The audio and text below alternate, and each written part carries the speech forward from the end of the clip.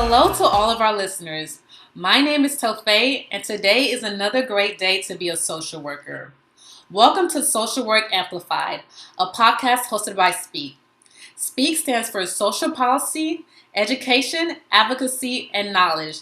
And our mission is to amplify the voices of social workers by providing resources, increasing students' political engagement, and facilitating networking opportunities.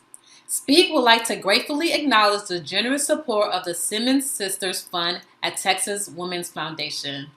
I would like to introduce our guest for today's podcast, Briana Gordley. Briana Gordley supports Texas Appleseed's Fair Financial Services Project as a policy analyst, working to advocate for consumer protection, regulation, and reform in the areas of payday and auto title lending and abusive financial practices for vulnerable communities. Briana has a background in survivor advocacy and housing insecurity, having avidly worked to support survivors of domestic violence, sexual assault, and human trafficking through rapid rehousing and case management services. Briana holds a Bachelor of Arts in Social Work from the University of Kentucky and a Master's of Science in Social Work with a concentration in Administration and Policy Practice from the University of Texas at Austin. Thanks so much for having me. I'm so excited to be here. Yes, we're so excited to have you and to really learn from you, especially in regards to the organization that you work with, Texas Appleseed. So, just going to get a little brief background on your history in social work. What's your unique story? What made you enter the social work field? And what led you to getting a master's in social work? Yeah, so I think this is always a funny question because a lot of my social work friends and I always laugh. We don't have the most exciting story. I feel like it's so simple. And when you're in this profession, when it fits, it fits. I started as a psychology major when I was an undergrad in the fall of 2016. I thought I wanted to be a psychologist. I thought I wanted to talk to people and be a therapist, even maybe a psychiatrist. And I think I took a brain and psychology class and it was so hard. I was not interested and I realized I'm in the wrong field. This was when the University of Kentucky offered this cool career tool that I don't really think anyone ever used, but I thought I need to figure out a new major. I need to figure out what I'm going to do. So I took a quiz and it told me to look into social work. And so I looked into the program and enrolled quickly. I think I missed the deadline, or I made the deadline by like a couple of hours. This was so late at night. And I enrolled in a social work one-on-one course. Took that while I was still a psych major in the following spring of 2017. And it just made sense. That's what I always say. Everything I was learning, everything my classmates felt, my professor was saying, it is everything I've always believed in. And I quickly applied to be in the program and became a full-time social work major in 2017. And here we are now. As for why I pursued a master's, I think what's really unique about social work is the kind of the 4+1 program. So if you have your bachelor's within 4 years, you can, if you qualify, automatically go into your master's, which is called advanced standing. So while I did do my master's at a different university, I still qualified. And I thought if I take a break from school, I'm probably not going to go back, and to kind of just railroad through it and get it out of the way. Of course, COVID changed a lot and it made that program 10 times harder, but still so thankful that I was even able to attend and still have this experience. And so now here we are. Yeah. So not only did you obtained your master's right away, you did that program that you just mentioned, and you obtained it during the pandemic, which I'm pretty sure was pretty stressful. But like you said, you said that you don't have a unique story, but I think your story is kind of unique. And when I was just listening to your story, it just reminded me, like, I myself in high school, I took some type of a similar quiz or assessment that you're referring to. And it kind of like put me, like kind of gave me ideas of the career I would go to and things I would do. So I think assessments like that are like really helpful, in kind of directing your path, especially like when you're in a major that you don't really enjoy. So, although you said your story wasn't unique, I think it was pretty unique. Well, I'm glad to hear. And it's never any offense to any psychologist, any psych majors. That just takes a different level of skill. That's not quite for me. So thankfully I found this profession. Yeah. So what made you decide you wanted to concentrate in political social work and advocacy, not all university offer the option to choose a concentration, but at University of Texas Austin, they did offer you this option, and you went with you chose to focus in administration and policy practice. What led you to doing that?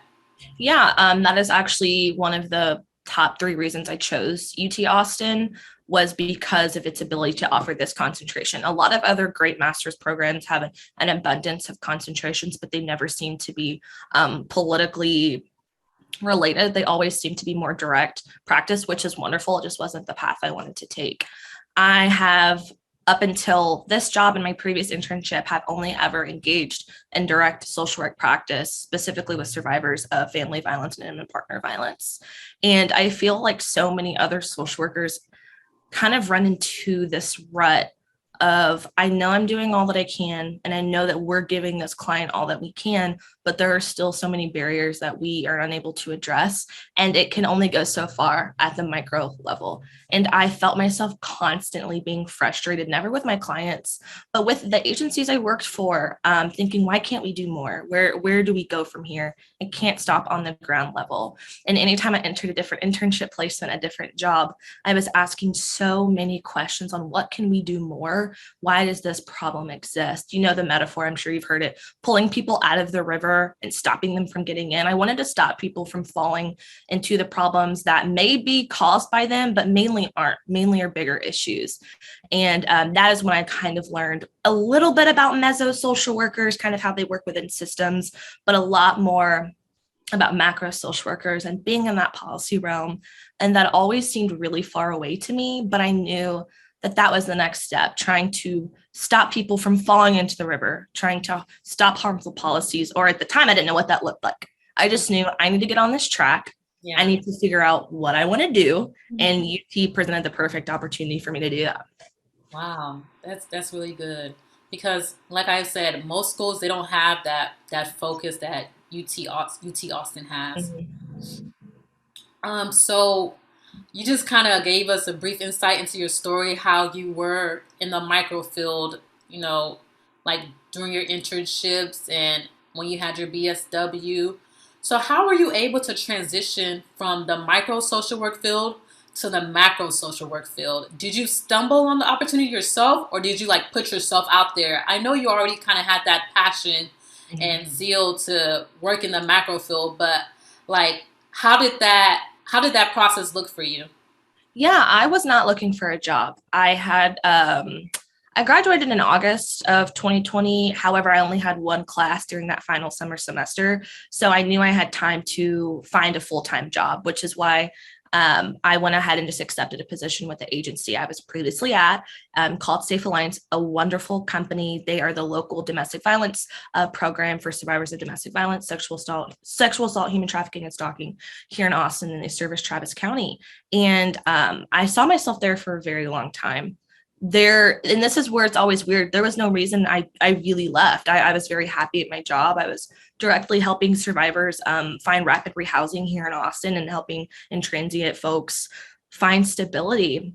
I think there's just a lot of different factors that living in Austin, some of these are so specific, and it's always cost and thinking, can I sustain myself here? Which is what so many of us social workers do. We love our jobs, but I feel like no one ever pays any of us enough. And so while I thought about at some point maybe looking for a different job, I was very set and I was very happy. How I came across Texas Appleseed was a little bit of me just kind of being curious, but previous supervisors of mine saying, hey, here's this position. You might be really good for this position. I have a connection here, or I know this person here.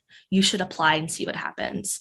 And it felt like such a long shot. And that's why I applied. I thought, why not? I'll put myself out there. I'm happy with what I'm doing. I'd love to be doing this. I don't know if it's for me, but let's give it a shot. And almost a month and a half later, it ended up being the exact job for me at the exact timing. So it fell into place, and I'm very grateful that it has. And that transition, very hard. When you don't want to leave an agency, there's no reason, but you know that you're going to be in a place that's going to do better for you in the field you want to be in. It's so hard to leave. I was very upset, questioning if I was doing the wrong thing. My clients were very upset. It was a really hard transition, but I kept telling myself that the work I'm doing here is going to help my clients. It's going to help people like them, people experiencing financial hardships and struggles and traumas. And that is what has helped carry me through now. Cool. I mean, you broke up there a little bit, but I think you kind of got your message. You weren't really looking for the position, Mhm. but if it kind of found you or through connections, you were able to learn about the opening.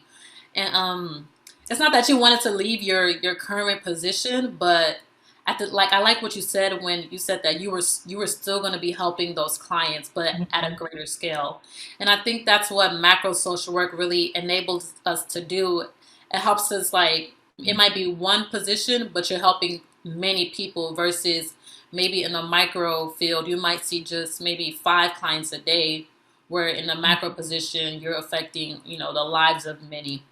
So that's a really unique story, and I'm really glad you ended up with that opportunity. And now we can learn a little bit more about you, Yeah. about Texas Appleseed. Can you tell us a little bit about Texas Appleseed? What is the organization all about? Yeah, so Texas Appleseed is an organization I'd never heard of before because we at Appleseed work through systemic change. So what's so unique about us is we are a public interest justice center. And what that means is that our nonprofit avidly works to change the unjust laws and policies that are really preventing all Texans from realizing their full potential. And we're able to do that through anchoring this very dynamic network of pro bono partnerships and collaborators. And through them, we're able to develop and advocate for very creative and unique and innovative and practical solutions to very complex issues. And when we're looking at those complex issues, they vary. At Texas Appleseed, we work on a lot of different project areas, such as through criminal justice, which many people are familiar with, disaster recovery and fair housing, and then the project I specifically work on, which is fair financial services.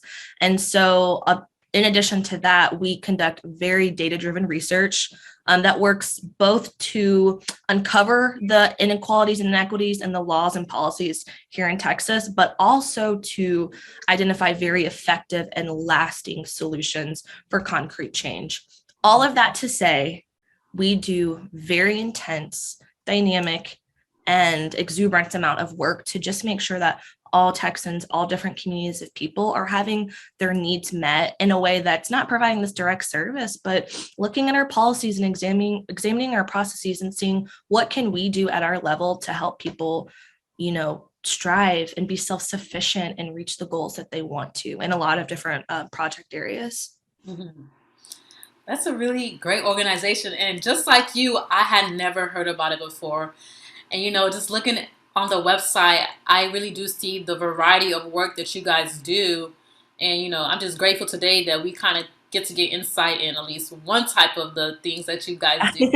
But it is like a really great organization because as a student, we hear about things such as redlining. And I know that Texas Appleseed, that's one of the things that you guys tackle. And as a student, we talk a lot about redlining, and we're like, okay, well, what are we going to do about it? Redlining this, redlining that. But it's just so great to know that there's an organization out there that's kind of trying to look into policies like that, Mhm. that perpetuates these unfair and unjust laws and stuff that allows things like redlining to continue to go on. So, your specific position is the Texas Appleseed Fair Financial Services Project as a policy analyst working to advocate for consumer protection, regulation, and reforms in the area of payday and auto title lending and abusive financial practices. I mean, that's a lot right Yeah. there. So, you, for an upcoming social work student that might be interested in a position like yours, can you provide a brief insight into what you do overall or what a day looks like for you?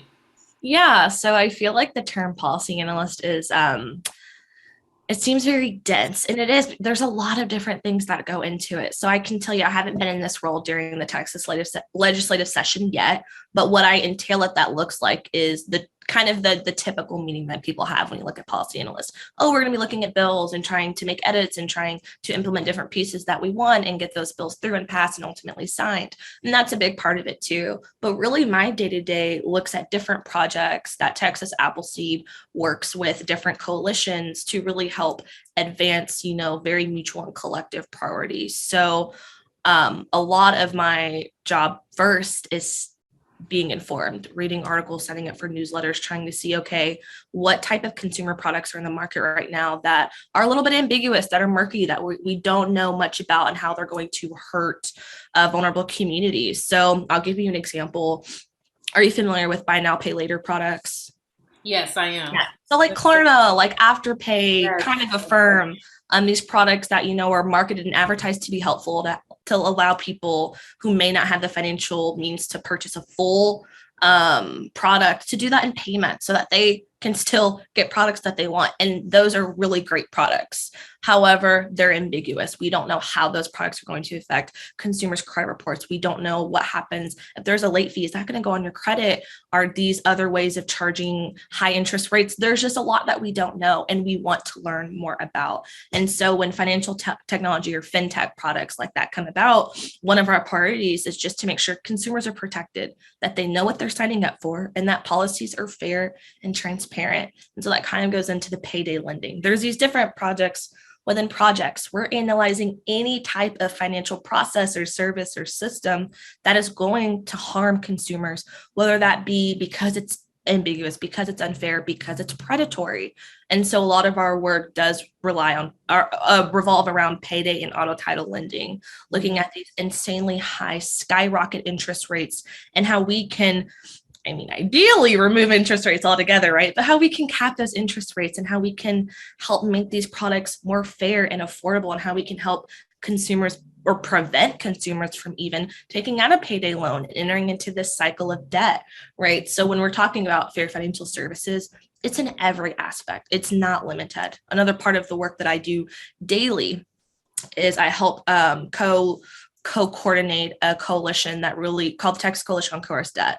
And our priorities are looking at coerced debt for victims of family violence and how that often takes place through identity theft. And so looking at different legislation, seeing, okay, this new law passed in a different state. Can we adapt that? Can we use that to advocate at the Capitol next session to say, hey, we need these same protections for victims who had credit taken out in their name against their will, who were aware that they had credit taken out, but were coerced to do so, were forced, all of these different components. And so my day-to-day is always different. It's always, okay, what project are we working on? Who do I need to reach out to craft an agenda for this meeting? What resources do I need to put together? Do I need to put together this brief to help explain this issue? Do I need to reach out and set up a meeting to help strategize for the next session? And since we're in the interim, that's what a lot of this is, preparing for session next year and how we are going to bring our priorities forward. It always differs in this type of work. My day-to-day is never the same, and it's just kind of where you're needed and what priorities take priority. Yeah. Yeah. It still sounds pretty interesting. So Yeah. it seems like you have to stay informed. Seems Yes. like, there's several meetings, a lot of, coalition between like, Mhm. your, I guess your coworkers. And it seems like you guys also like educate consumers Yes. as well. While you were just kind of briefly telling me what you did, I was just thinking about how during the pandemic, there was a lot of those websites like Mhm.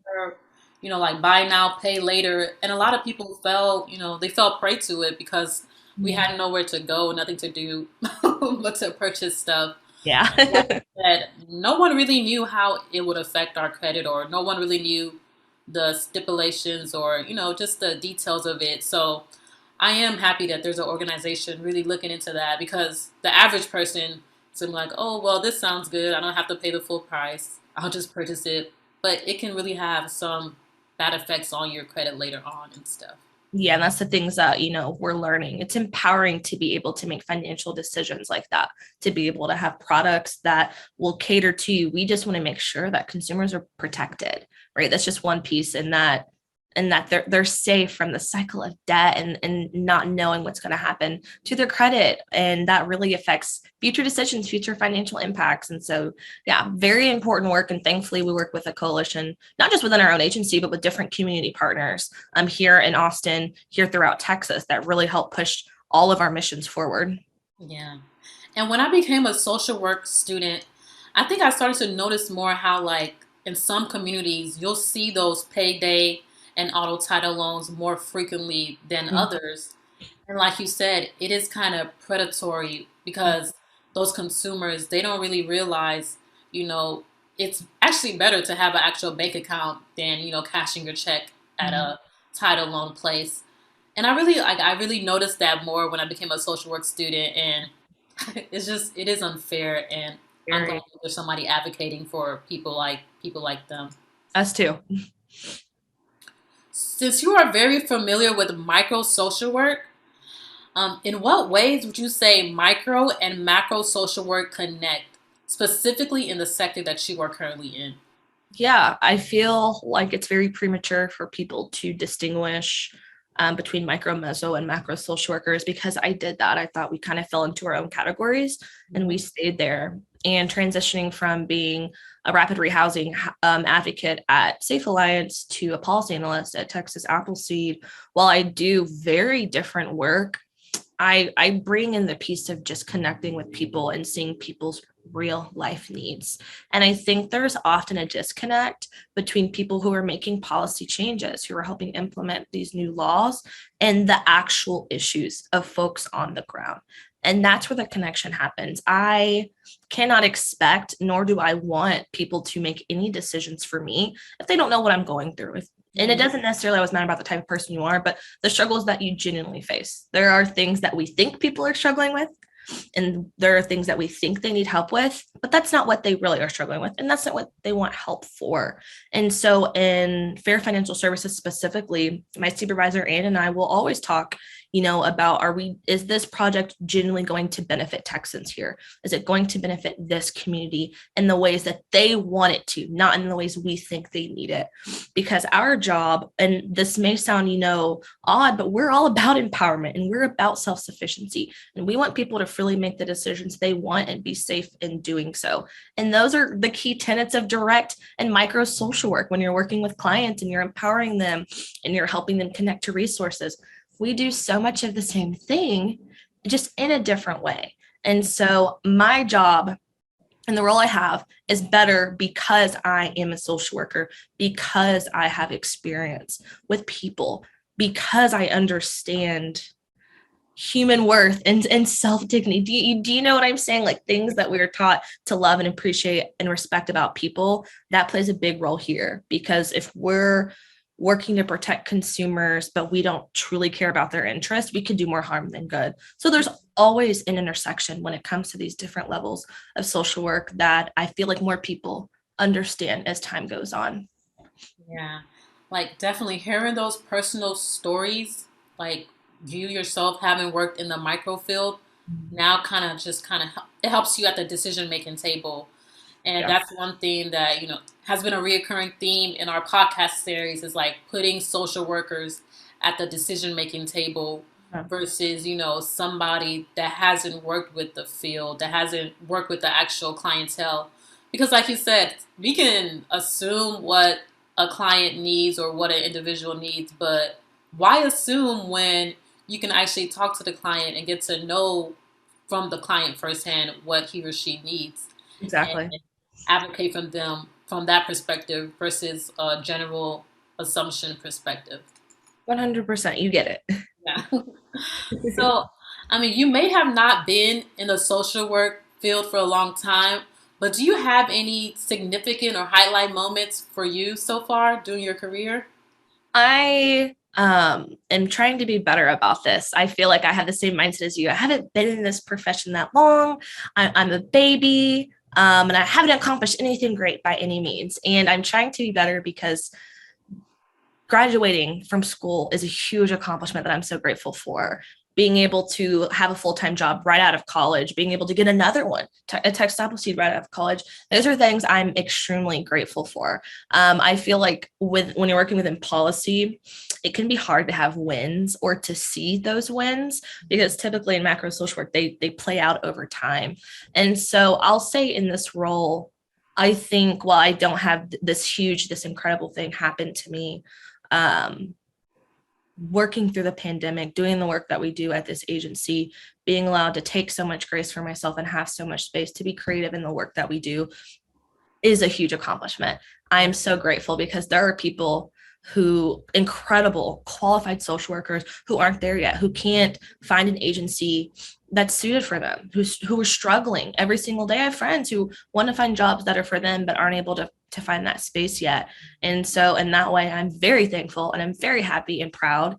And I encourage all of us to be too, that we're in the roles that we're in. So hopefully in the future, I'll have something to report back to you. Yeah, but that is definitely significant, finding a perfect match for you because you do seem very passionate about this position already, and that's always a good thing, knowing that you're getting your money's worth for the degree that you paid for, you know? Yeah. Yeah.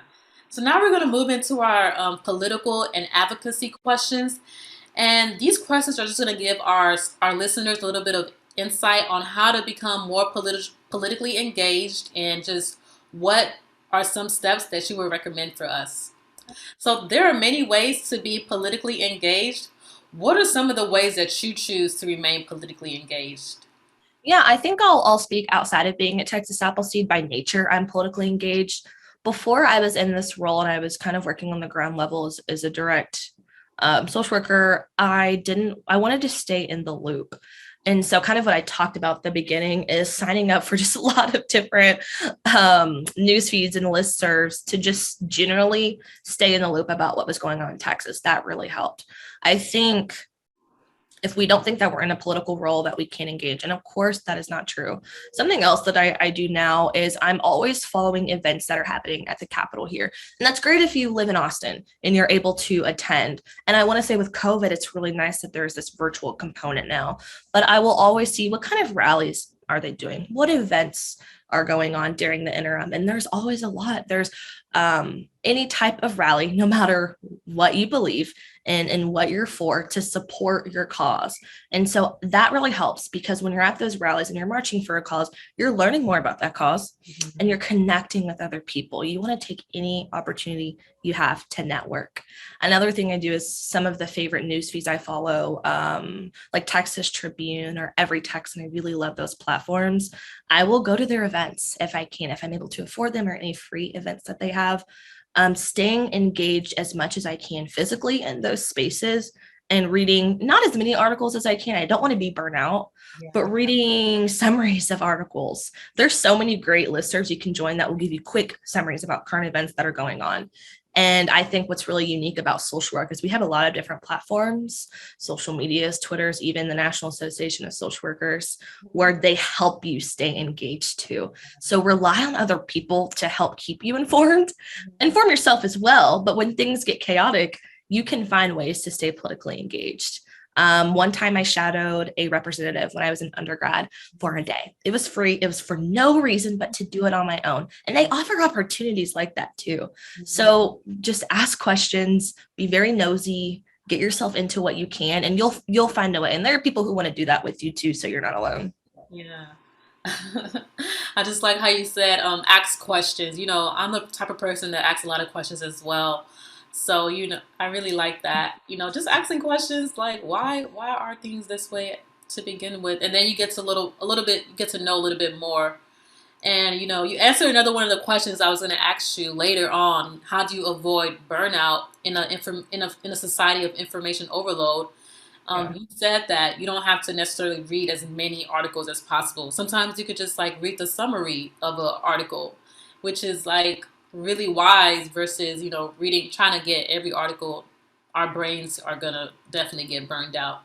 But I really do like some of the things that you do. You subscribe to some listservs, you subscribe to emails, you stay informed through connecting with friends or through going through marches, just connecting with other people. Because sometimes you don't want to stare at a computer, you know, Yeah. you want to hear from somebody else, and that's just as good. Yes. So thank you for that advice. Of course. So, in your personal pursuits, in what ways have you seen your engagements in politics yield results in your area of practice? Yeah, I feel like in this space I'm in particularly, I have to know what's going on in certain areas. And that comes into play when we're working with our different coalitions, with our different partners. One of the coalitions that we also co-coordinate is the Texas Fair Lending Alliance. And so that is also where I do a little bit of social media fun, that's different. But we're always having conversations really about payday lending and different policies. And if you are not up to date or if you're a bit uninformed, that shows in your conversation and that shows in the interventions that you may implement, moving forward. And so on top of that, I'll say a lot of the rallies I attend or the podcasts I listen to, they're not related directly to the work I do in consumer protection and fair financial services. That's overwhelming. I don't want to do too much with what I'm trying. I try to create some healthy distance.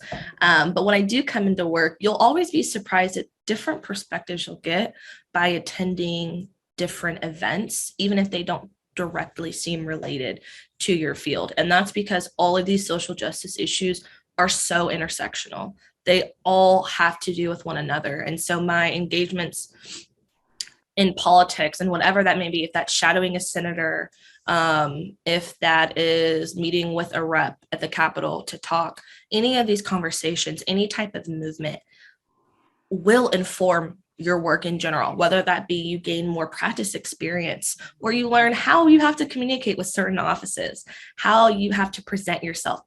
There's always something to learn from different interactions. And so I think a lot of that is just figuring out what that is. And that's why I knew I would kind of excel in this space. Is I'm not saying that you have to completely be a different person, but you have to learn how to adapt yourself in a climate that is very against that. And that's always a challenge. So any type of political engagements and interactions, done the right way or even the wrong way, are going to help inform your work and help you figure out how to navigate in whatever space you're in. That's good because, like you said, a lot of the stuff that, no matter how we choose to engage, it might not be in the specific field that we're working in. But, like you said, a lot of the issues that we are trying to fix or trying to like see improvement on, they Yeah. all intersect. So, there's no isolated issue. No. It's kind of like, I guess, the systems theory, if I'm correct. Mm-hmm. Yep. Everything affects everything. So it's Yep. okay if you're not like always focused on, what your job entails. It's Mm-hmm. okay to branch out. You're still gonna be able to affect your field of work at the end of the day. Yeah. And you should always branch out. Yeah. So what would you say to a social work student who is nervous about getting started with political social work or advocacy? And I would like to ask you, were you nervous or were you confident, bold, and just ready to go into that field? I was excited to go into the field. Of course, I was nervous. I feel like it can be really hard to make the jump from direct to macro because it doesn't seem tangible and there doesn't always seem like there's concrete steps to get there. So if you're nervous, yes, that is so normal. And I hope people are validated in hearing that. A close group of friends of mine, we all graduated together and we were very nervous trying to slither our way into this field, trying to figure out where we work. And I think that's normal because it's a different climate. It is much different work. You're not seeing results in the way that you typically do when you're working directly with people. And it's intimidating. That's why most social workers don't engage in macro work. You want to see immediate change. And when you don't, it's disheartening. And that's nerve wracking, knowing all of this, going into this field. And for a while, I wondered, not is this the right field for me, but am I the right person for this position? Am I smart enough? Do I know about this material enough? And while I am smart enough, no, I don't know about it enough. And that's okay. That's the role that you're in. I think we're expected to know everything that we're supposed to know about a certain subject area when we go into a role. And that's what's so intimidating. I'm in no way an expert on consumer protections, but I'm getting there. I'm learning, I'm putting in the work, and it's nerve wracking. I'm nervous. The people I know are nervous. And that also speaks a lot to how much you care about the position that you're in and about doing your best as a social worker. You don't want to cause harm. You want to do your best. You want to put your best foot forward. And if you're not nervous, you're probably nervous. Even now, I've talked to my very esteemed colleagues who are lawyers. We work with a lot of lawyers, and they're nervous all of the time. And I think, okay, if they're nervous, I'm okay to be nervous. It is totally fine. But of course, it's always easier, said than done. Yeah. I hope that helps. Yeah, I think that definitely helps. You don't have to be an expert, and it's okay. Nervousness shows that you actually care about the Yeah. field that you're working in, the lives you're going to affect, and that's actually a good indicator. but you don't have to be an expert, and everybody's learning together, you know? Like Yeah, even the expert is still learning. So, very good. Very well put. You're yeah. always learning. Yeah. Mhm. So if you could start all over, so just we're going to be speaking outside of your job and just you Okay. as a person, you know. If you could start all over with like political work or political social work and advocacy, what would you do a lot more of? So like for example, from the time you turned 18, and I don't know if you were registered to vote at that point, but like what from that time to now, what are some of the things that you would have done differently in the area of political social work or political involvement? This is a really great question. That I have an answer for. And I mentioned, we talked about how much we like asking questions. I would have asked more questions because when I was 18, yes, I was registered to vote. I didn't care to. And it's funny because 18 was not that long ago, but I wasn't engaged. I wish I could have been more engaged, and I wish I knew where to start. I feel like when issues don't affect you, you're not as inclined to care. It's not the world or space that you're operating in. And I grew up in a very small, very conservative town. And so a lot of the issues that we're facing here, I'm sure they existed in that bubble, but to me, they didn't. They didn't feel like it. And so I left for college with a huge culture shock of, oh, these are real life issues that affect most people. And I was intimidated by that. And I didn't ask questions and I didn't engage. And I wish that I would have learned more just about how politics work in general, because I think it's pretty exciting. But I really wish I would have learned why I should care. I really wish I would have learned how this policy truly affects people. You grow up hearing politics are dirty. You grow up hearing really bad things about politics. So then yeah, I don't want to engage in politics. I don't want to be involved. And I wasn't for what felt like a really long time. And so while I don't look back and I'm grateful to be where I am now, I will look at this upcoming generation. I think I'm technically Gen Z. I'm not too sure. But my sister, she's definitely Gen Z. She's 13.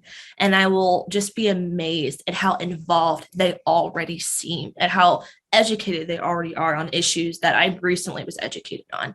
And that is so incredible. And that is what I wanted for myself. So I would have asked way more questions, talked to way more people about what they do. How can I get involved? And I wish that politics would have been marketed differently to me, marketed differently to my friends, to youth, so that we could be more engaged. Thankfully, we're engaged now, and I see a huge difference with the younger generation in a really good way, too. Yeah. I see the same thing in the younger generation. And like you said, you know, like learning, I think one thing that you said is we should learn why we should care because first of all, politics is or was, maybe it still is marketed to us in a very like dirty way or like Yeah. especially not just dirty, but I would say more like high, like Yeah. can't really grasp this. This is too much, but it's really not. Especially if we just ask more questions. Like I Yeah. feel like questions really break things down for like individuals, and I think that's what the culture today, the upcoming generation today, they're doing. They're asking more questions, and Mhm. you know they're looking into things a little bit more. They're not just taking things at face value. So you Exactly. know, just I think I would have done the same thing, like ask a little bit more questions and learn why I should care because we don't realize that, you know, especially when we get older and we start working in the community, like the same thing that you didn't care about is going to be the same thing that affects you, you know, later on down the road. So Yeah. that's definitely Exactly. important. Yeah. So I'm going to wrap up with this question. Just you're going to leave us with a little bit of just a little advice. What's the number one website, in your opinion, that helps social work students with political social work and advocacy? And how does it help? Yes, you're going to be familiar with this agency. This is a shameless plug because this was my internship during grad school, the National Association of Social Workers Texas chapter. Not only did I intern there and I saw the true benefits of the website, um, they're an amazing organization who has really tried to gear a lot more of their services towards students. And so while I really appreciate their website, you can go on to the website And the first thing you're going to see right now is advertising Social Work Advocacy Day/week, which is geared towards students. It is specifically getting students involved, inviting students to a panel, which I will be on, to teach them about different levels of social work, how to be political advocates, how to start from the ground. You don't have to be a politician. You don't even have to be like me, a policy analyst. You don't have to be like us. You can be any single person and be involved as a social work student. And so I really like that they're catering different events towards students. They recently hired, and I hate to mess up her role. Her name is Jess. She works at NASW, and she is, I believe, student engagement coordinator, something like that. But they have dedicated funding and time and resources to a role to better engage students. And so not only are there student events on the website, which are great, there's a lot of current events. And like I kind of mentioned earlier, when you're busy, when you're in grad school, when you're working full time, or maybe even when you're just burnt out, you don't have the time or the energy or the capacity to read every news article. And what I appreciate about their website is they have a way where you can sign up to be on their listserv, and they will send you updates about issues that are truly plaguing Texans, truly plaguing social workers, and what we can do to help. They do the hard work for us students. If we need to contact our senators or our reps to speak against a harmful bill towards social workers or our clients, they have a generated platform where you click this button, you put your name in, boom, advocacy done on that level. They make advocacy accessible and quick and exciting, and they encourage students to engage. And I feel like as students, we don't feel like we're there yet. We don't feel like we have a place there yet. We're just students. We're just interns. We're just learning. No, with NASW, I never felt like I was just a student. I felt like I was a future advocate, a current advocate, a future social worker. I will always shamelessly plug them because they really care about students, because students are the future. And so it's just so important to engage. So definitely check them out. Okay, thank you. That's not the first time that we're hearing about National Association of Social Work. So, by now, all of our listeners should know that NASW, especially the Texas chapter, if you're located in Texas, is a really good resource for you to get plugged in. So, just letting our audience know, if you're not already signed up, let's go ahead and sign ourselves up so we can remain engaged, especially for students. I really like what you said, how, just because you're a student doesn't mean that you can't start now. It's actually recommended. Start now because we are students. So let's practice. Let's practice being good social workers now. Exactly. Thank you so much, Briana. Thank you for spending time with me today. Thank you to all of our listeners for joining us for another episode of Social Work Amplified. I hope you were able to learn something today that empowered you to become more politically engaged and help shape a better tomorrow. Until next time.